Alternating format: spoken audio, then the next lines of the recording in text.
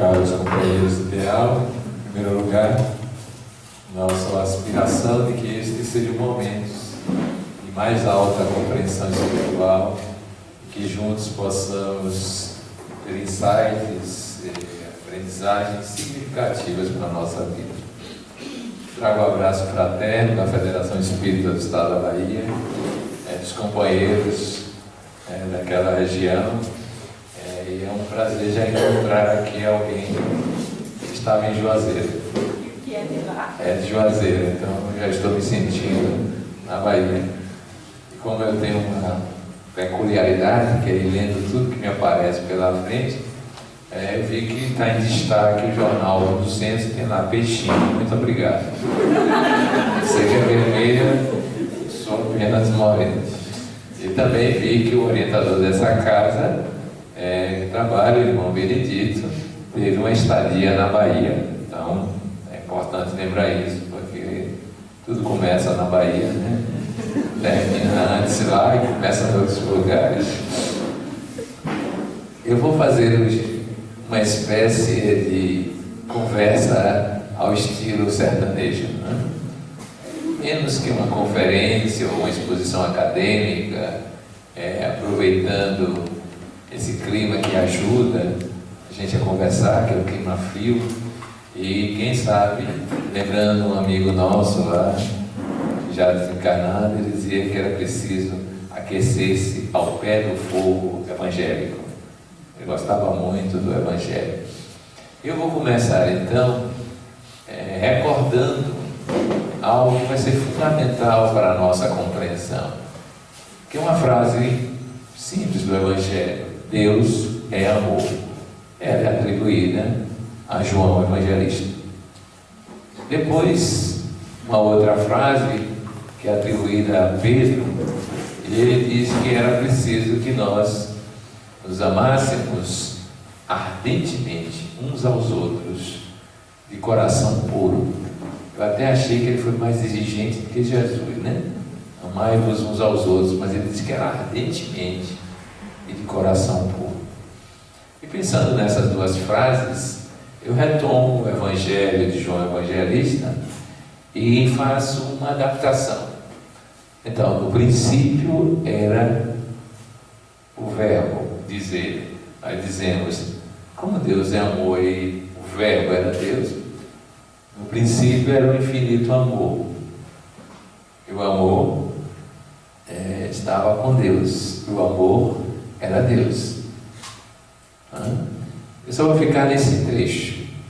E aí passei a refletir que a partir daí Deus constrói a criação. E a criação realmente original, na tese espírita, é o princípio inteligente do universo. Não é um mundo material. Não sei se vocês refletem sobre isso todo dia. A verdadeira criação é o princípio inteligente do universo. Ora, o princípio do inteligente do universo deriva-se do amor, que é Deus. Logo, podemos fazer uma inferência, que é que o princípio inteligente do universo é, por natureza, o amor também. Não podia ser diferente. Deus não poderia criar o oposto, a negação dele próprio, como um ato de autorrealização.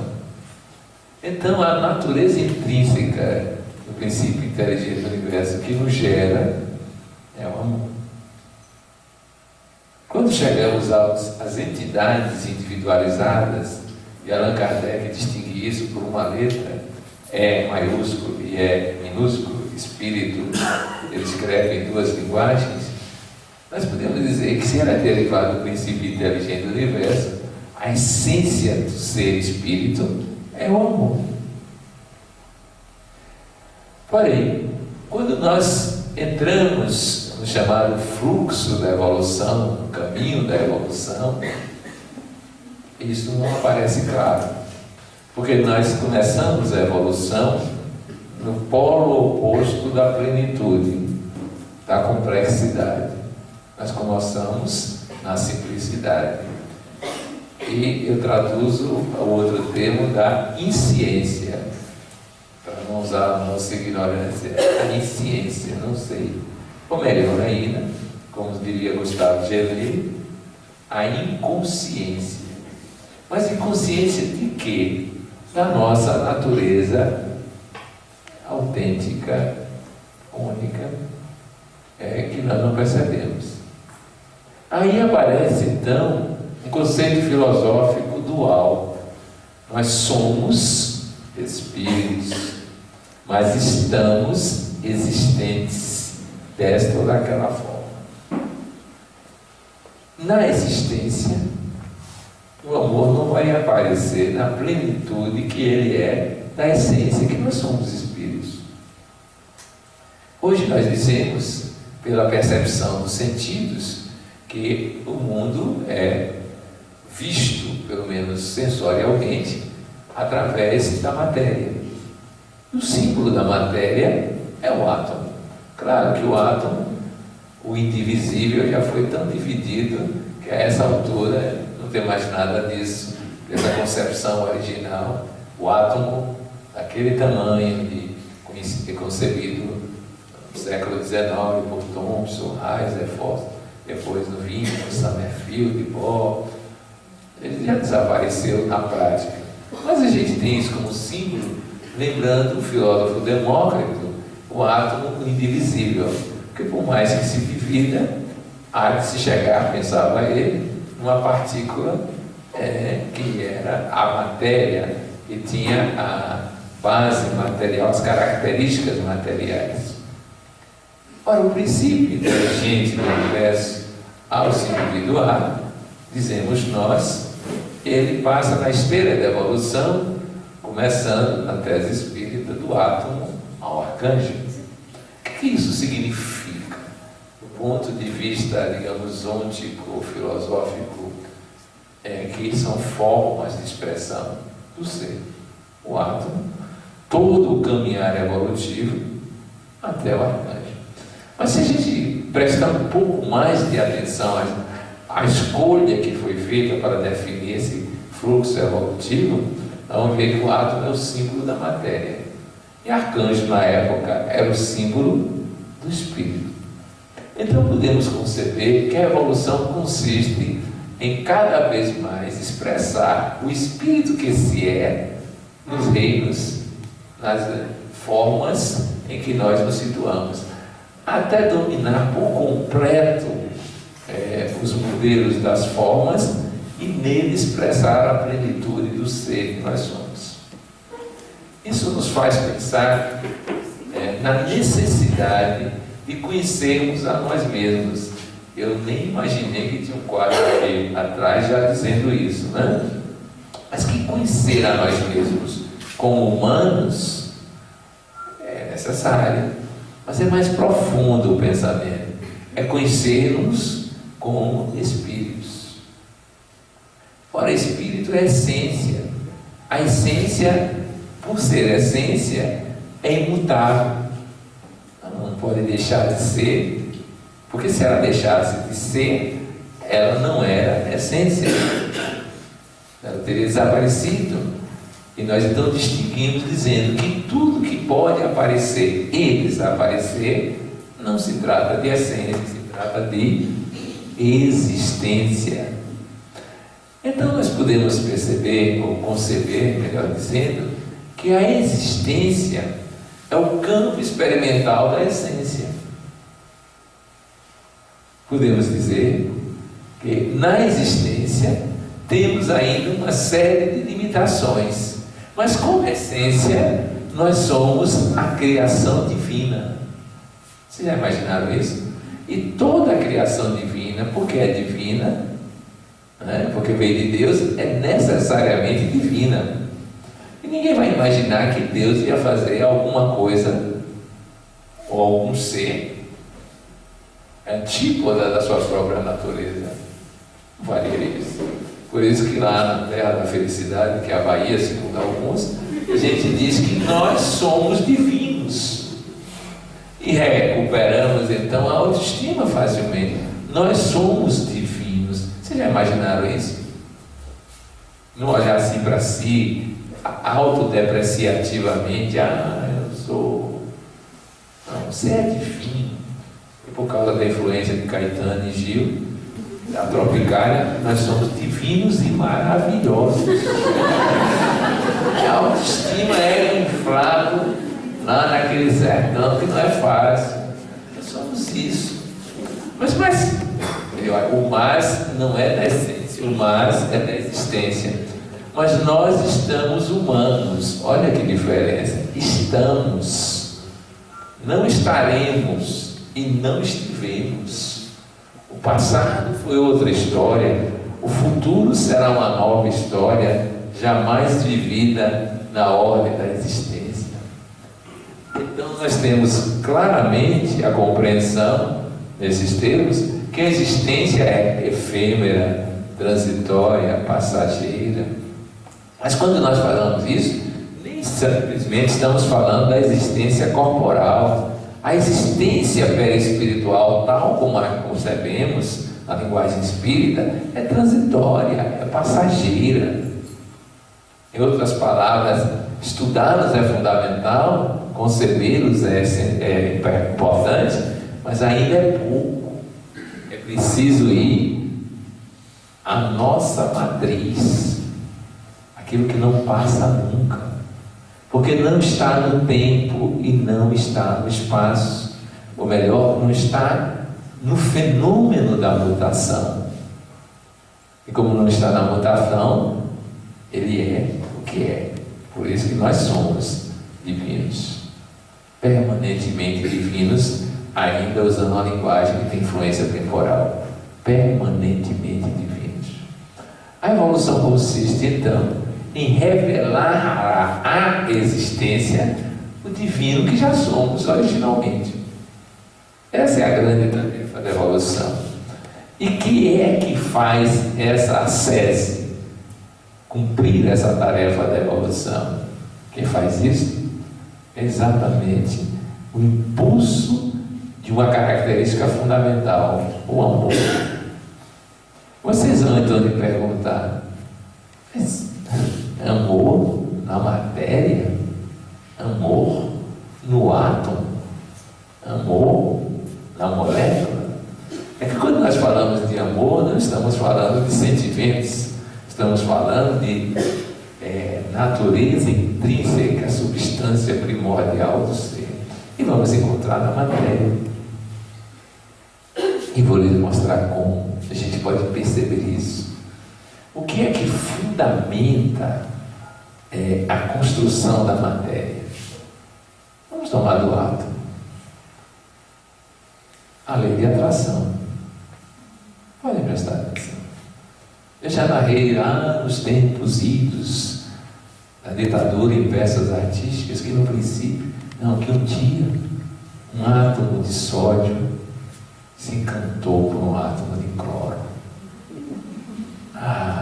Ele era um alcalino, da família alcalino, e o cloro era da família dos halogênios. Vai fazer vestibular, aproveite. Ele tinha uma sensação de falta um par para completar-me, um elétron. E ela tinha também, ele, o cloro, também tinha um par que sobrava. Diziam que ele era eletropositivo e o outro era eletronegativo. Então estão polarizados. Eles fizeram uma ligação fortíssima, chamada iônica. E a atração foi tão grande que desde então a vida deixou de ser insípida, porque desse casamento nasceu o sal de cozinha. Deu gosto. Que amor era aquele? Que amor era aquele? Que atração era aquela? Que faziam que 1 mais 1 fosse mais que 2. Porque ninguém pode compreender as propriedades de uma molécula estudando as suas partes. Estava ali o começo atômico da expressão amorosa. Pensa que foi simples e fácil? Não. A vida amorosa no reino da existência, na ordem da existência, não é fácil. Não é que um dia apareceu um átomo de flúor atraente, começou o triângulo amoroso, a complicação à vista, e o fluido espancou o cloro, começou a separação, os divórcios. Está ali. Você pensa que outras histórias não estão na amorosidade? Tá. A poligamia que nós vemos aqui, quem inventou foi o átomo de carbono, ficou logo com 4. Eu acho que ele era islâmico naquela época, nem sabia de Maomé. Meu negócio é formar um metano, carbono e mais 4 hidrogênios. A ideia de bissexualidade que inventou foi a turma do meio da tabela de Mendelejev. Manganês ia para um lado, pegava o potássio e pegava o oxigênio, juntava tudo. Ele já estava ali. Ele tinha bipolaridade. Está lá no mundo atômico. Lei da atração. Começa assim. E o que é que esse amor vai fazer em termos de desdobramento de leis? Ele vai construir certas possibilidades de entendermos que é mesmo a evolução. Então, este amor na evolução sempre provoca integração. O que o amor faz? Integrar para inovar, para criar. Então, a evolução, porque é impulsionada pelo amor, constrói sempre novas possibilidades existenciais. Segundo, esse amor constrói novas formas de manifestação. Essas novas formas são mais complexas. Complexidade das formas vai aumentando. As moléculas se reúnem e formam células no nível físico. As células se reúnem e formam tecidos, e assim sucessivamente na nossa linguagem. Então, complexidade. Mas, ao mesmo tempo, como o amor é a própria essência, ela vai revelando, ganhando mais consciência na existência, ou melhor, manifestando a sua consciência na hora da existência. Então, a evolução consiste em mais existência. Mais adiante, nós verificamos que a tendência da amorosidade é construir uma zona de escolhas.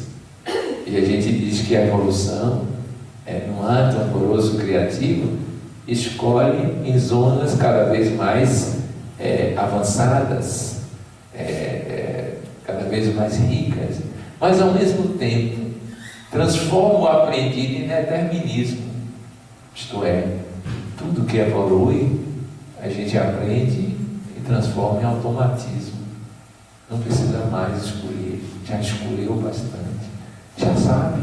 E quem já sabe, não tem escolha. A escolha só existe enquanto há possibilidade da dúvida. E assim a evolução se caracteriza, fruto desse amor em integração, consciência, complexidade e liberdade em deslocamento. As 4 grandes características. Claro que a amorosidade vai se mudando. No reino vegetal, a amorosidade é muito mais rica. Já entram sensações que o mineral não trabalha. Não sei se vocês conhecem, mas o feminino no vegetal já tem características muito curiosas. Se vocês estudarem Pteridófito, olha o vestibular, uma samambaia, vocês vão descobrir uma coisa. A oosfera, que é a célula gameta produtiva feminina, ela já é leve, calma, quieta, mas ela emite um perfume sedutor. Foi de lá que veio a ideia que mais tarde os humanos fariam perfume em Paris, perfume francês. Agora, o anterozoide, o masculino, tem que fazer uma viagem imensa para chegar lá, porque o masculino tem que ralar mesmo, ficar atrás, trabalhar, tem que se virar. Naquela época era assim. Então já há uma sensação diferente do que a simples atração. Há um jogo mesmo de interesses, de afinidades, mas agora com muito mais complexidade. E as plantas fazem isso. Tem uma nas terras serrienses, que foi onde eu nasci, não sei se vocês conhecem aqui, que até inclusive tem vergonha. A vergonha nasce nela. Mimosa pudica, ou mimosa púdica. Lá na minha terra chama fecha a porta que o boi já vem. Você vai encostando nela, ela não me toques. Ela reage, não me toque. Está lá a sensibilidade vegetal e os seus vínculos de um modo geral. E nós vamos descobrir mais tarde que as plantas têm emoções e têm gostos. Gostos. Vocês podem olhar que certas pessoas cuidando das plantas, elas se desenvolvem. Tem outras que pegam as plantas assim, essa energia, esse fluido. Se ela falasse espiriticamente, ela tem esse fluido dessa figura aí, carregadinho, parece que está até com encosto. As plantas falariam isso. Há uma pesquisa mostrando a sensibilidade das plantas de uma forma muito curiosa, porque as plantas foram colocadas num ambiente de laboratório e uma delas foi destruída por uma pessoa. E eles ligaram à época nas plantas o polígrafo, que é o equivalente ao detetor de mentiras da CIA, né? E aconteceu o seguinte: depois eles faziam passar pessoas no mesmo salão e a planta com o polígrafo mostrava que estava tranquilo, isto é, tinha um ritmo próprio, normal. Quando entrava o assassino da planta anterior, as plantas tremiam o polígrafo rapidamente e depois fazem uma linha como se tivesse, na nossa linguagem, desmaiado de medo. Vejam vocês, afinidades com e repulsões, antipatias e simpatias. E aí elas já têm essas características. E elas têm também a integração entre elas. Não sei se vocês sabem, mas numa floresta, as plantas que ficam na periferia da floresta, portanto, quando ela vai terminar, elas emitem, liberam substâncias que avisam as outras plantas de certas pragas que estão chegando. Elas avisam para que, antes que a situação fique complicada, elas já estejam se prevenindo com algum tipo de produção, de autoproteção de um modo geral. O que faz isso? Senão a integração, aí no caso, da flora, de um modo geral. Essa integração da flora é o princípio inteligente, que é amoroso, construindo vínculos, relações, interações. Fora os arranjos que fazem, que a gente chama de plantas simbióticas, né? Que misturam seres simbióticos vegetais, o mutualismo, que são formas de trocas de plantas. Agora, já está ali o princípio da perversão. Tem umas plantas que são parasitas, como muita gente que eu vi lá na Bahia. Vai lá, entra, suga do outro, arranja até o método, que não é lava-jato, chama-se austório, e vai lá, tira a seiva da outra planta e vive lá. Não trabalho, não produzo, não vou no solo arrancar a água, a molécula de amônio. Já tem espíritos que quer manifestar seu lado preguiçoso mesmo, né? E aí usufrui desse caminho até aprender que é melhor simbiose do que parasitismo. Isso acontece nos animais de uma forma muito mais complexa ainda. A forma vai se expressando. Lembre-se que as plantas já se mexem, né? Já produzem sementes que vão para longe, mas não tem a habilidade dos vegetais, dos animais, que se deslocam no espaço físico de modo geral. Ali a substância ciência espírito adquire riquezas imensas em matéria de expressão amorosa. A expressão da sexualidade, vocês veem, nessa época, não sei por que a evolução é nesses termos, o macho era lindo, a fêmea Não era grande coisa. O pavão, o leão, né?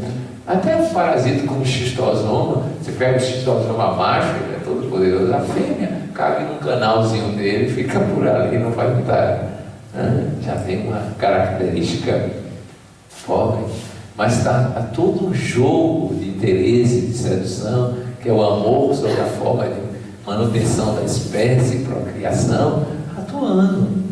Mas há mais, já há cooperativismo até nas formas. Veja uma colmeia, que brilhante uma colmeia, né? Todo mundo trabalha para um fim coletivo. A abelha rainha, de rainha não tem nada, ela é uma reprodutora que tem por ovos até não poder mais, o trabalho mais árduo que tem. O operário, as operárias estão trabalhando, procurando as coisas. E o zangão, o masculino ficou tão fraquinho, um apêndice, porque qualquer fecundação resulta na morte dele, por exaustão.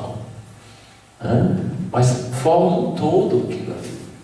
E tem coisas ali que são incríveis. Não sei se vocês já leram alguma coisa, mas a dança das abelhas, elas dançam próximo da colmeia, não é uma dança qualquer, para indicar onde tem melhor qualidade de pólen.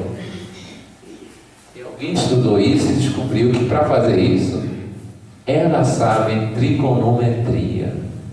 Sabe o que é seno, cosseno, tangente, para indicar a distância, e deve saber um pouco mais de geografia, latitude, longitude, para dizer, vá nessa direção, vai mesmo, aquele, e orienta espacialmente. Que inteligência, não é? Que inteligência montar um projeto dessa natureza, né? E agregar seres que funcionam dessa forma. Mas lá também tem os problemas. Tem formigas que escravizam pulgas e se alimentam. Elas não alimentam para a pulga porque ela trabalha a celulose da planta, faz a digestão, e as fezes dela tem um líquido que as formigas precisam para passar um período invernal, porque tem muito açúcar, elas fazem reserva, né? Já existe aí uma lógica de dominação, submissão, que ainda é amorosidade, mas é uma amorosidade muito autocentrada em si mesma. Aí chegamos aos animais, que já há muito tempo, vão lembrar Gabriel Delane, já tinham habilidades amorosas, expressões amorosas incríveis. Ele conta então uma história lá, de uma primata, que era uma fêmea de cinocéfalo, uma macaquinha, que quando viu gatos que a mãe morreu, a gata morreu, ela resolveu adotá-los. Olha a ordem de adoção. Já havia da fêmea, da primata. Ela adotou os gatos. E os gatos amamentavam-se nela, foram crescendo. Mas como todo adolescente rebelde sem causa, teve um gato que resolveu meter a unha no rosto dela. Sabe o que ela fez? Não apelou para a pedagogia da violência. Pegou o gato, cortou as unhas com os dentes. E deve ter dado alguma informação para ele que não repetisse. Mas olha a sabedoria já da adoção amorosa, né, desse tipo de situação. Se vocês estudarem a vida dos cães São Bernardo, vocês vão ver como eles usam teorias da Gestalt para salvar pessoas e outros animais, usando varas e gelos que quebraram, que se eles forem, eles também morreriam. E nós vimos uma cena há muitos anos, um pato que ficava junto de uma vaca, se não me engano, de um cavalo, não me recordo mais, e toda vez na hora da alimentação, ela vinha, ficava próxima, começava a grasnar e ia andando. O cavalo era cego. E levava o coxo para ele se alimentar. Vocês já viram Fora da Caridade numa salvação? Começou lá, um pato. Vocês vejam como é a solidariedade do voo dessas aves de migração, né, dos gansos, que um vai mudando de posição, cada um vai assumir na frente, para que vá quebrando a resistência do ar. Isso dá um cansaço. Isso é solidariedade nascente. É amorosidade já nascente no reino animal. E é claro que isso é feito de de uma forma automática. Nós dizemos que o amor no reino animal, o espírito manifesta de uma forma instintiva. Todos fazem praticamente igual. Mas já há algumas coisas que não são instintivas. Essa do passo levar o cavalo, isso já é primórdios, a consciência que vai aparecendo e a amorosidade se explicita de uma forma muito mais vasta, muito mais ampla. Vocês podem olhar, alguém pode imaginar o tamanho da fidelidade amorosa do cão? Impressionante. Vocês viram, devem ter visto uma reportagem de uma pessoa que foi internada no UTI do Rio, quando funcionava, agora não tem dúvida. O cachorro ficava na porta do hospital todos os dias. A família foi para casa, o cachorro ficava. Na Austrália, relataram que teve um cachorro que levava o dono, acompanhava o dono para um local de música, uma escola de música, e o dono infartou dentro da escola e não saiu, como ele esperava. Ele passou 12 anos indo esperar o dono na escola. Saía, ficava na praça, esperava, ele não vinha, voltava, as pessoas cuidavam dele. 12 anos procurando o dono. Tentaram avisá-lo, mas ele não entendeu o que era e continuava. E hoje a praça tem uma estátua com esse cachorro, pela fidelidade à procura do seu dono. Isso não é instintivo, né? Em todos os cantos, mas assim tem uns vira-lata que não tem nada a ver com a gente. Mas o desenvolvimento da amorosidade, e daí como vem o desenvolvimento da fase racional, a mentossíntese, como se diz, é a construção do pensamento, né? E a gente vai desenvolvendo nessas interações, nessas relações de modo geral. Então, como diria, se eu não me engano, Leon Denis, no mineral, o amor é atração; no vegetal, o amor é sensação; no animal, o amor é instinto. Mas o vegetal contém o mineral, e o animal contém o vegetal, não da forma física, mas da experiência psíquica em expansão. Aí chegamos na fase humana. Olha que eu disse, fase humana. Então o amor vai ter uma expressão muito maior, muito mais vasta, muito mais plena. E isso pode ser visto quando a gente já começa a construir os primórdios do pensamento humano, chamado de filosofia. E temos uma figura exemplar que popularizou o conhece-te a ti mesmo, Sócrates. Ele reuniu uma turma de amigos para falar sobre o amor. O amor, como eles entenderam. E cada um disse uma definição. Foi daqui, no estilo que ele gostava, porque ele era parteiro de almas. Ele criou a maiêutica, uma forma de aprendizagem por inquirições, né? Até o indivíduo perceber as contradições das suas definições e adiante. E quando ele foi falar do amor, ele disse para alguns que ele não tinha nada a dizer de importante, exceto o que ele ouviu de uma mulher chamada Diótima. Eu concluí que Diótima é uma mulher maravilha, porque ela é 2 vezes ótima. Isso foi a ideia minha. Diótima. E ele então, ao descrever o amor, ele vai descrever o amor em fases muito interessantes, evolutivas, uma hierarquia do amor. O primeiro amor, mais primitivo, ele estava vinculado à deusa Porneia. Porneia é uma deusa devoradora, uma deusa predadora. E o que ela quer com o amor? Ela quer expressar a sua capacidade de se autoconservar, ter muito do reino animal, de usufruir a sensação, de agir instintivamente e se autoconservar. Quem mais expressa isso no cotidiano, dizem os psicólogos da atualidade, é o amor da criança pelo peito da mãe. Para ele a mãe não importa. O que importa é o peito, o leite. O outro ainda não existe naquele momento. É um usuário, usufrutuário para seu gáudio, sua satisfação. É a centração ainda em si mesmo, que mais tarde nós chamaremos de egocentrismo, cuja perversão nós chamamos de egoísmo. E a velha regra continua, este amor está presente em nós de alguma forma, mesmo que seja como memória ancestral. E como é que ele aparece? Simples. Em qualquer coisa da vida, primeiro eu, depois eu novamente, depois eu outra vez. É só isso. E como estamos na fase eminentemente sensorial, o que vamos fazer? Vamos traduzir tudo no mundo da matéria, dos interesses materiais. Daí nós queremos, por causa dessa construção, uma modalidade predadora do ter. Queremos ter.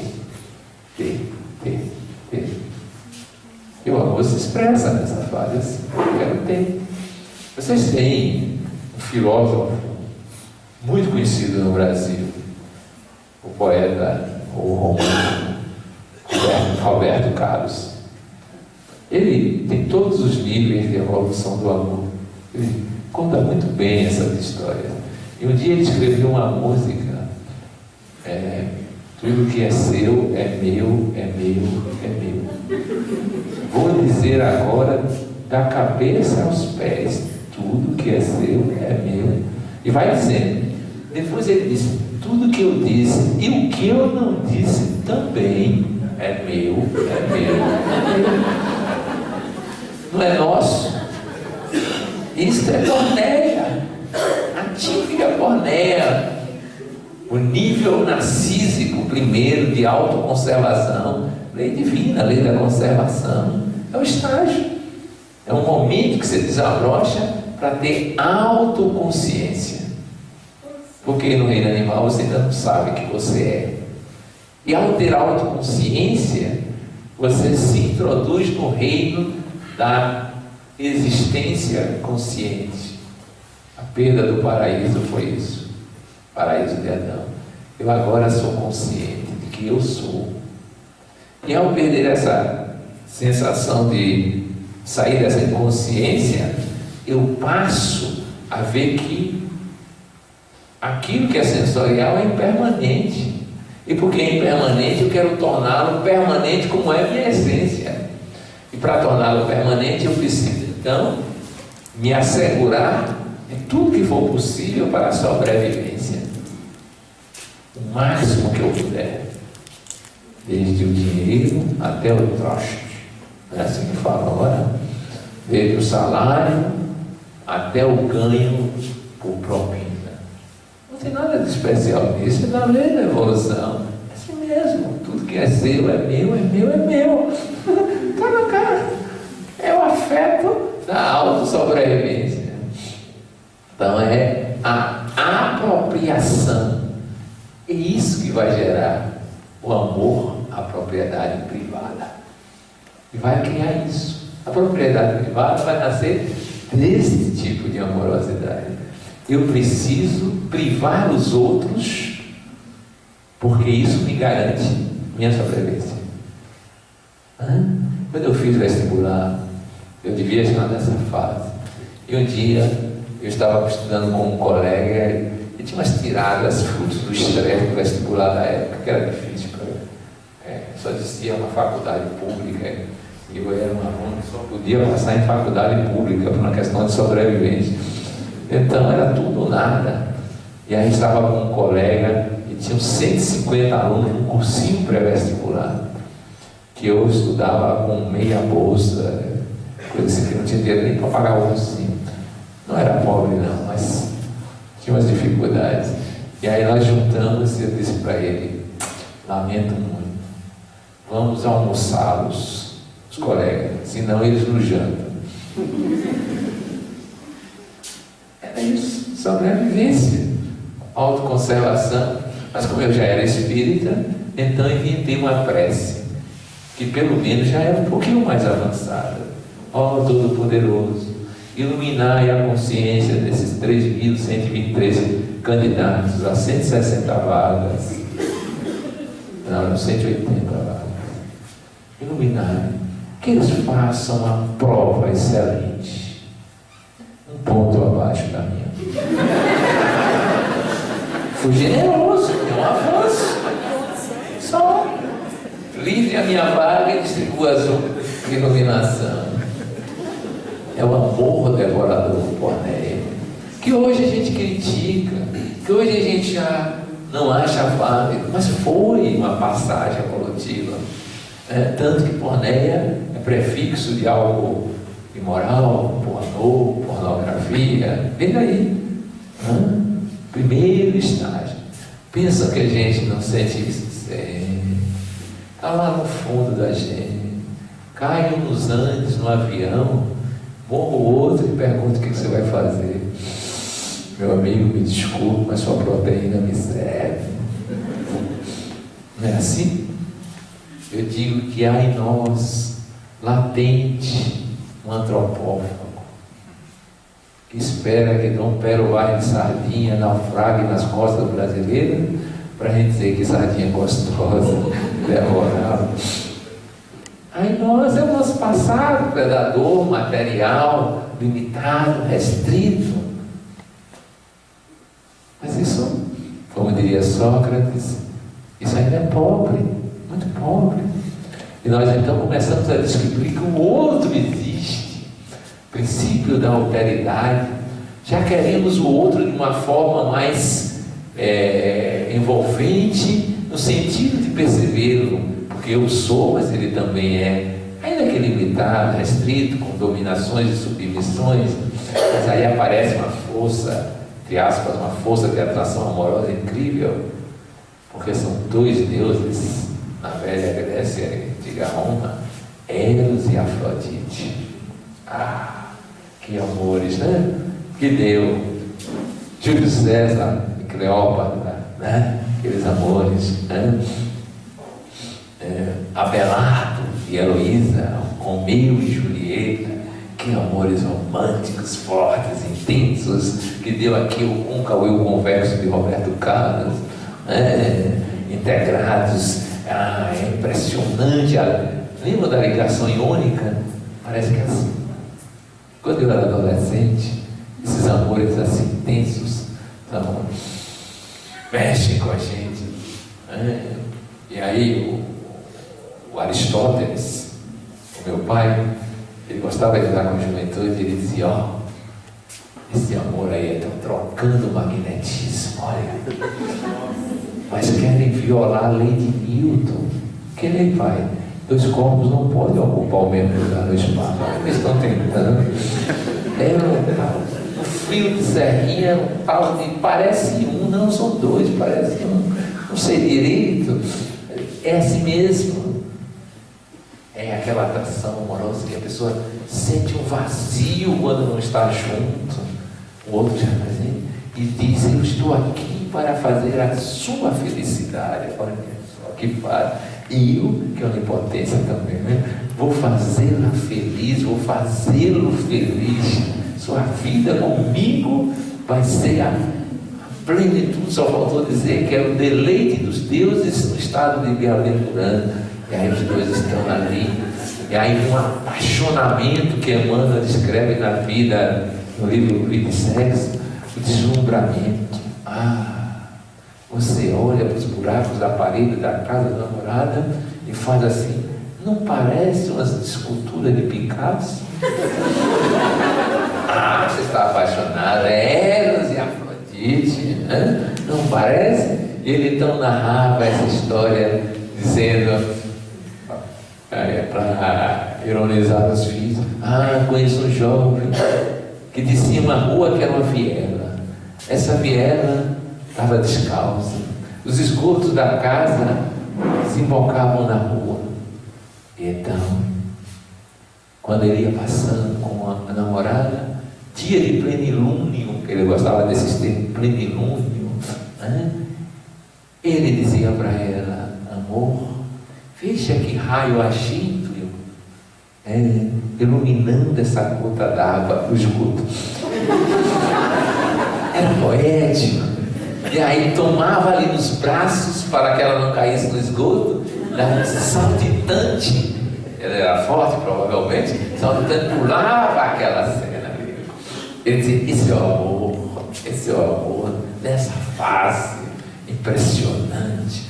Aí você vê quanta beleza você vê no outro. Diríamos nós hoje, projeção da ânima e do ânimo. Aí, mas tem algo que eu não sei o que é, mas é encantador. Era assim. Ele diz: mas vai passar, porque essa fase passa. E ela já tem um problema de origem. É porque é uma necessidade tão grande que expressa uma carência. E quando expressa essa carência, você diz: mas tem que ser comigo. Porque se não for comigo, eu te mato. Que amor é esse? Que diz que promete o céu, mas ao mesmo tempo, se você se ausentar, eu faço você desaparecer da existência. Passional, ativista dessa natureza. Eros e Afrodite. Como eu acompanho adolescentes na faculdade de medicina e acompanhei muito o movimento espírita, eu vi aquela fase do apaixonamento. E recomendo: apaixonem-se na juventude, porque é uma vacina. Você tem que ter, uma vacina. Ou então tem logo a doença básica, uma varicelazinha. O problema é quando você se apaixona depois dos 40. O coração não aguenta, dá arritmia, aumenta a taxa de infarto. É um problema sério. Viva uma vez para dizer nunca mais. Por quê? Porque é um euforizante. Aquilo é um euforizante. A serotonina sobe ao cérebro e toma conta, inunda, e você faz o que ninguém imagina que é capaz de fazer. Criatividade. E a sensação sempre de posso perder a qualquer momento começa a aumentar. Até que vai diminuindo, e uma paixão bem vivida. Os estudos americanos, eles estudam tudo, dura 2 anos. Desaparece. Esse amor que é assim, vitalizante, energizante e altamente destrutivo. Altamente destrutivo. E aí você vive situações as mais delicadas nesse tipo de experiência. De vez em quando você vê as páginas dos jornais noticiando barbaridades. Mas ele não amava? É exatamente por isso. Era um amor nesta fase de Eros e Afrodite. O pessoal pensa muito amor erótico de Eros. É inadequado na linguagem grega isso. Não é essa fase. Nessa fase você só quer completude. Por isso que o sexo domina bastante. Porque é para se completar nas energias. Mas você é excludente. Vocês já viram 2 apaixonados num carro? Os 2 na frente? Pode olhar. Ela, se ela ou ele, quem for o motorista, vai ter alguém coladinho junto dele na antiga marcha, né? Porque hoje não tem mais marcha, né? Ali coladinho. Quando a paixão passar, vocês podem ver os 2. Um está aqui, o outro está na porta do outro lado. Porque agora já estão vivendo de outra forma. Passa, ganha-se, aprende-se a ir mais além. Porque já se reconhece o outro. Mas depois vem o terceiro estágio, diz ele, chama-se filia, amizade, o amor de amigo. Como ele é mais rico, primeiro ele não quer mais completude quando ele é de amigo, ele quer amplitude. Quando o amigo se faz realmente amigo, como Cristo diz na linguagem do Humberto Campos Boa Nova, Ele é capaz de dar a vida pelo outro. Já chegou esse estágio. Não vai cantar, eu quero ter 1 milhão de amigos, porque isso é Eros ainda. Eu quero ter, possuir. Eu quero ser um amigo. É outro estágio. Aí não se aprisiona. Não há o apego, não nasce o ciúme, não nasce a ânsia de controle do outro. Porque não há medo de perda. Claro que filia nunca vem puro no estágio humano ainda.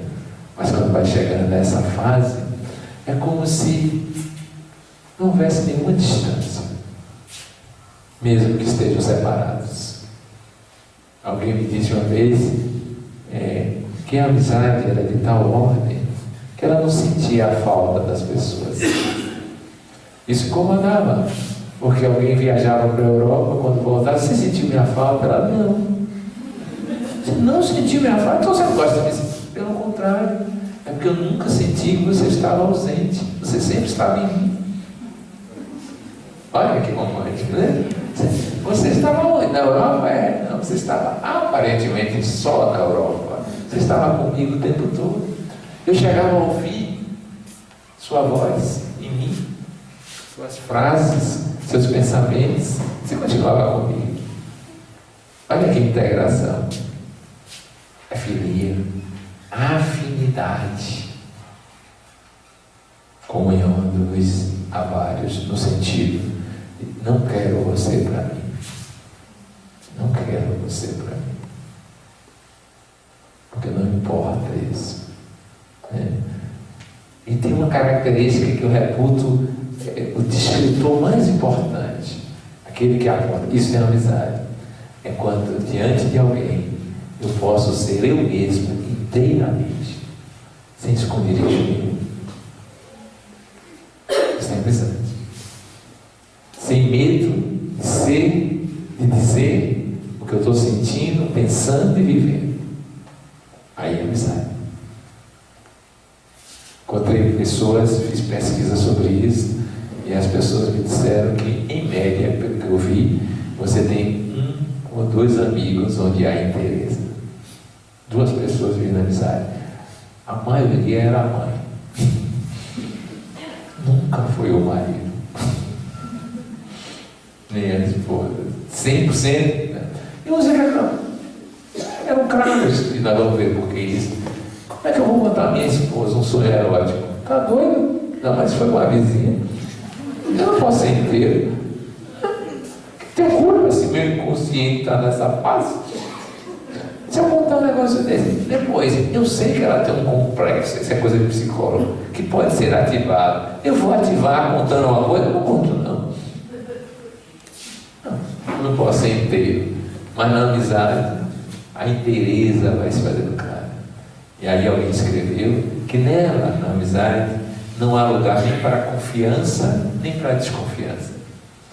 Porque ambas, a confiança e a desconfiança, são a antessala da decepção. Achei isso tão interessante, porque quando há confiança, há o risco de perdê-la, ser quebrado, ser vivida. Não, é diferente, é para além desse estágio que a amizade vive. Eu sei, mesmo que eu me desnude em frente a alguém, que é meu amigo, ele nunca fará nada com a intenção de usar a informação e me tornar vulnerável.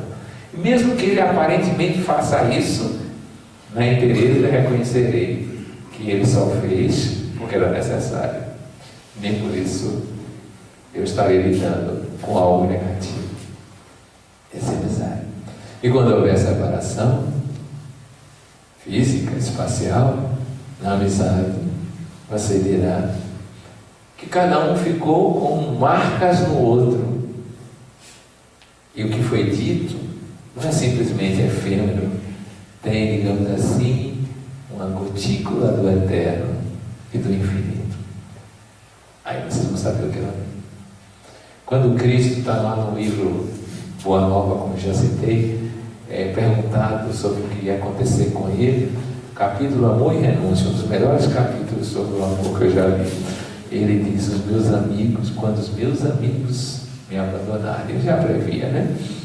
E os meus adversários me perseguirem, ainda assim eu conservarei por eles a imensa alegria de teres revelado a boa nova, o Evangelho. Não importa que eles façam isso, importa que eu me dou de tal forma que há em mim a imensa riqueza da doação, essa sensação agradável. Eu me apresentei, fiz, mesmo que o outro não tenha compreendido, que ainda não é um verdadeiro filia, amizade. Vocês já imaginaram isso?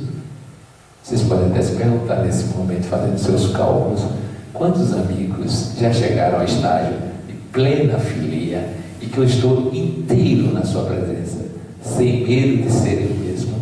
Quantos? Esse é o estágio que talvez a gente tenha que trabalhar no momento evolutivo agora. É Ele que vai derivar a solidariedade, a comunhão, a partilha, a amorosidade que faz a caridade. Porque em filia já começa a aparecer o que se chama em latim ou grego, charis, que é caridade. O outro é importante, o outro é significativo, o outro, de certa forma, sou eu. Eu preciso estar expressando-me nessa unidade, nessa convivência, nessa experiência de ir além de mim, dos meus limites, da minha consciência, da minha provisoriedade. Já seria encantador se o mundo fosse feito de amigos, mas Sócrates aprendeu de ótima que tinha algo mais, chamado agape. Aí a gente vai entrar em êxtase, porque agape não ama algo, ele não ama ninguém. Como diria Drummond, Carlos Drummond de Andrade, amar aí é verbo intransitivo, não pede complemento. Completamente além de tudo, é quando a essência, que é Deus, divina essência, sobre a forma de imanência, isto é, criação, se manifesta plenamente. Esse amor, ágape. Você ama quem? Não importa.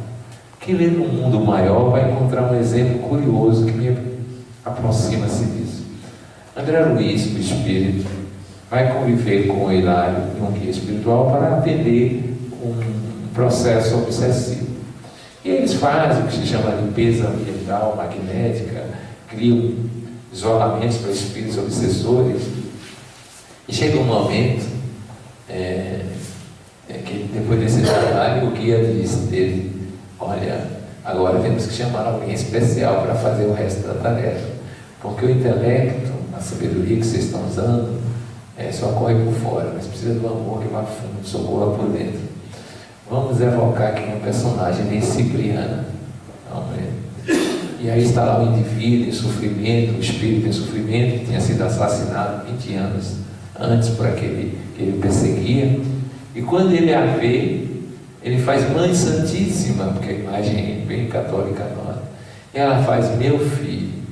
E aí ela o aconchega no perispírito e cuida, e eflúvios partem dela, raios especiais. Ela fica calada, ele fala. Depois André Luiz Claro escreve algumas coisas para dizer o que estava acontecendo, o que seria o equivalente de sua fala, e ele vai se transformando por aquele cultado. E aí, lá para as tantas, alguém pergunta: eles se conhecem de alguma outra vida? Eles tiveram um vínculo para vê-lo como filho e ele senti-la como uma socorrista de alto nível? Aí o guia espiritual dele diz: acho que é algo. Não, nunca se viram, nunca estiveram juntos. É que ela é assim. Ela é assim. Quando ela chega, ela expressa o que ela já é, porque ela já consegue vivenciar esse amor. Qualquer pessoa que se aproximar dela e sintonizar vai sentir, porque o amor é a natureza que ela já expressa mais plenamente.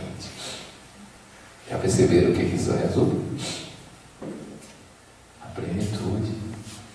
Quem escreveu também é isso? Foi Paulo aos Coríntios. Todo mundo conhece a música, mas preste atenção. Como o amor transcende a tudo isso que a gente pensa que é ato amoroso. Dar o corpo para ser queimado em sacrifício de uma ideia. Ser uma sabedoria que fala a língua de homens e dos anjos. Ainda não é o amor na plenitude. É o amor no grau máximo que pode se chegar. Isso a gente pode aprender, porque está em nós, quer dizer, aprender a desvelar. Isto é o êxtase místico. Já chegar nesse estágio. Vocês já imaginaram a comunhão de um místico com Deus? O que pode ser isso? A lei da adoração é o ágape dos gregos. Mas o que a gente faz com a lei da adoração? A gente está numa fase ainda tão primária que a gente fica pedindo: oh meu Deus, me ajude, você me ama. Claro que Deus ama, porque a natureza dele. A gente fica pedindo. Um dia um amigo meu disse: não vou pedir mais antes, porque se eu peço é porque eu acho que ele não sabe. E aí que você vai fazer? Não, vou preferir o cântico das criaturas, ficar louvando. Ele já sabe tudo, então se ele quiser mandar, ele manda. Se ele quiser, vai se obedecer, né? A gente não consegue louvar. Normalmente quem louva é alguém que chegou ao êxtase do amor. E aí não precisa pedir nada. Ele vai precisar agradecer. Já passou dessas duas fases. Vai viver uma adoração diferenciada, que é uma imersão em Deus. Essa imersão em Deus é a imersão do amor imanente no amor transcendente, que no fundo é Deus amando a si mesmo através da criação. Se vocês lerem Missionários da Luz, tem uma hora que Alexandre, o orientador espiritual, vai dizer que chega um momento que o grande amor é o êxtase do místico. Porque ali é a criatura unindo-se, eu nunca me esqueci dessa frase, ao eterno princípio fecundante do cosmos, Deus. Essa união com Deus, ansiada, desejada por muitas criaturas que passaram pela Terra. Esse é o estágio máximo. E aí nós verificamos algo interessante. Deus é amor e faz a criação. Toda a evolução é para que a gente volte, sinta e perceba Deus nesse ato de profunda amorosidade e se unifique nele. Qual é o nosso problema básico?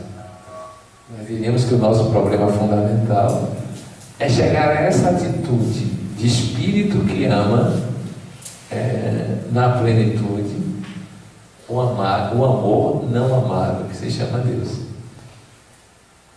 Lá na Bahia a gente está estudando muito isso, o sagrado Deus, porque alguém escreveu um livro chamado Divina Presença.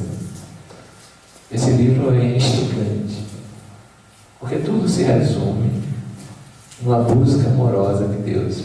O livro foi escrito comentando os textos de um místico católico, João da Cruz. João da Cruz foi um místico que orientou e foi reconhecido como um grande orientador Teresa d'Ávila. Você já imaginou? Teresa d'Ávila, a famosa Teresa d'Ávila, que escreveu inclusive um texto para o Chico Xavier, um dia disse às suas companheiras de Carmelitas Descalças que ele era um santo homem. Para Teresa d'Ávila reconhecer uma pessoa que era mais evoluída do que ela, não era fácil. E ele escreveu alguns textos poéticos, depois outros textos, comentários, e apareceu na Bahia um orientador espiritual indiano que resolveu comentar os textos de João da Cruz com base no pensamento de Allan Kardec, por um médium espírita. Eu digo, isso aqui é integração, cultural. Um indiano falando de um latino católico no meio espírita. E ele tem um texto que é basicamente é algo que nos interessa colocar aqui. Tudo que nós devemos buscar é Deus, o amor divino, a sensação do amor divino. E tomando um trecho do texto de João da Cruz, Deus é o amor à espera de uma declaração de amor. Nossa, a criação.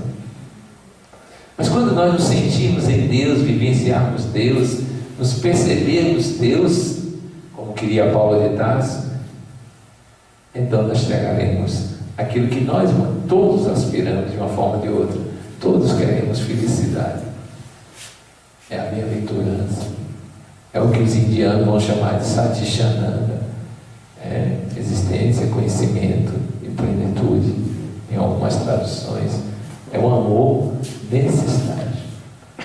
Eu tenho dito, referendando o pensamento local, que a solução definitiva chama-se: viva divinamente, integre-se em Deus, nesse amor divino. Aí você terá um amor de arcanjo. Mas você não precisa deixar o corpo físico imediatamente para ter amor de arcanjo. Manifeste Deus no mundo, na história do mundo. Manifeste o amor na plenitude do mundo. Essa é a única tarefa original, radicalmente necessária. Sentir Deus, experienciar Deus, vivenciar Deus. E a gente só vai poder fazer isso pelo amor. Vocês lembram que no Sermão da Montanha, os puros de coração perseveram a Deus, verão a Deus? O caminho é esse, dessa amorosidade no mais alto grau. E a gente vai começar as nossas relações cotidianas, avançando um pouco mais, trocando Roberto Carlos pela apaixonada dele. Quem já ouviu falar dessa cantora? Acho que só eu. A cantora chama-se Martinha. Tem gente que lembra dela? Pois comece com ela. Ainda que você não queira, de qualquer maneira, eu sou de você. Completamente diferente de você é minha. Eu sou de você. Vieram me dizer que você tem uma outra namorada, mas eu nem ligo, não pense em nada. Eu sou de você. A musiquinha, né? Olha que diferença de estágio, né? Eu não pretendo me possuir. Isso é um começo da transformação que nós estamos vivendo. Depois a alteridade. Se nós fôssemos legitimamente amigos na comunidade da pátria do Evangelho, nós estaríamos rindo das declarações do ministro da Fazenda, dos políticos, de um modo geral. Por quê? Comecemos com um problema básico. Temos 11 milhões de desempregados. E daí? Nós temos 110 milhões de empregados que, se fossem amigos, tiravam 10% do seu, davam para os 11 milhões e apenas pedia a eles que trabalhassem voluntariamente na sociedade. Não haveria problema. Não haveria problema. Estaria resolvido. Porque os amigos dão a vida pelo amigo. Dá 10%, é menos que a vida. Mas nós não somos. É por isso que estamos nessa dificuldade, porque acreditamos na materialidade das coisas e na felicidade sensorial que vem lá do reino mineral como a atração pura.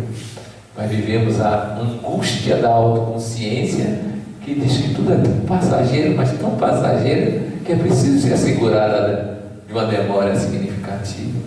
Se nós fôssemos no estágio filia, não veríamos essa violência no tráfego. Para quê? Essas lutas de tomar o primeiro lugar, para quê? Não estaríamos competindo em nada. Para que competir? Faz sentido isso? Se é filia, eu me alegro com a sua alegria, eu me alegro com o seu sucesso, coisa muito difícil, porque a inveja mata. Isso é que é amizade. Se nós fôssemos capazes de sentir o que é amor espiritual, no sentido do espírito propriamente dito, como a gente estaria lamentando os que se enriqueceram? Não é condenando, é lamentando quão pobres eles são. não entenderam nada do Evangelho anunciado ao mancebo rico. Vai e vende tudo que tem, desapegue-se, liberte-se dessa cadeia dos bens materiais, porque é um tesouro amoroso que te espera. O amor de Deus provê tudo de outra forma. Se nós sentíssemos o que é realmente o amor, não teríamos medo, porque faríamos como os antigos sábios que Xiang Tzu na China falam. Nós viveríamos todo mundo fenomênico como algo passageiro. Entraríamos a vida sem contentamento, não é preciso, e sairíamos da vida sem resistência. Mas viveríamos a vida felizes, porque essa é a nossa natureza intrínseca, interior. E se nós fôssemos amorosos, e um dia seremos na existência, receberíamos o amor de Deus, melhor ainda, Deus, o amor, em toda a criação isso. Então diríamos de nós para nós mesmos: mergulhado no mundo, Deus amor. Mergulhado no outro, Deus amor. Mergulhado em mim mesmo, Deus amor. Mergulhado no transcendente, Deus amor. Sem morte, sem vida, sem longe, sem perto, para além do tempo, do espaço e das formas, o amor sempre honra. E o amor em Deus, o amor divino, a única necessidade real. Em Deus, tudo se encerra, tudo começa. Por isso mesmo, a nossa tarefa atual, desafiadora, é simplesmente vivenciar Deus, sentir-se divino, não mais que Deus, não menos que Deus.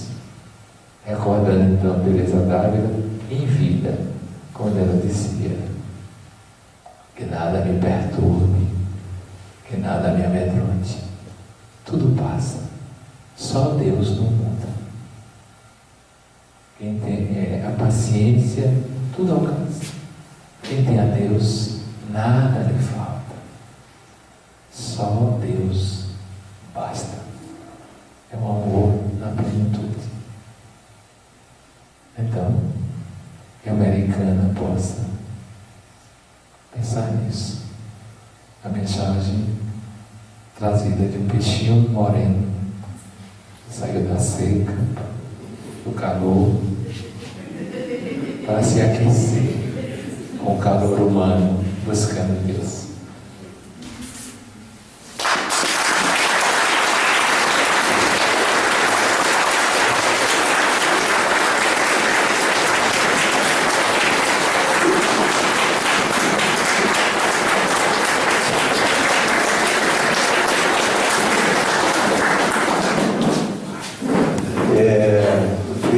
Peixinho, o convite que nós fizemos de estar conosco aqui hoje, agradecer a Mensageiros, né, que foi a realização desta casa, junto com o Paz e Amor, com também os cearenses, com o apoio da USE, agradecer a presença de todos, né.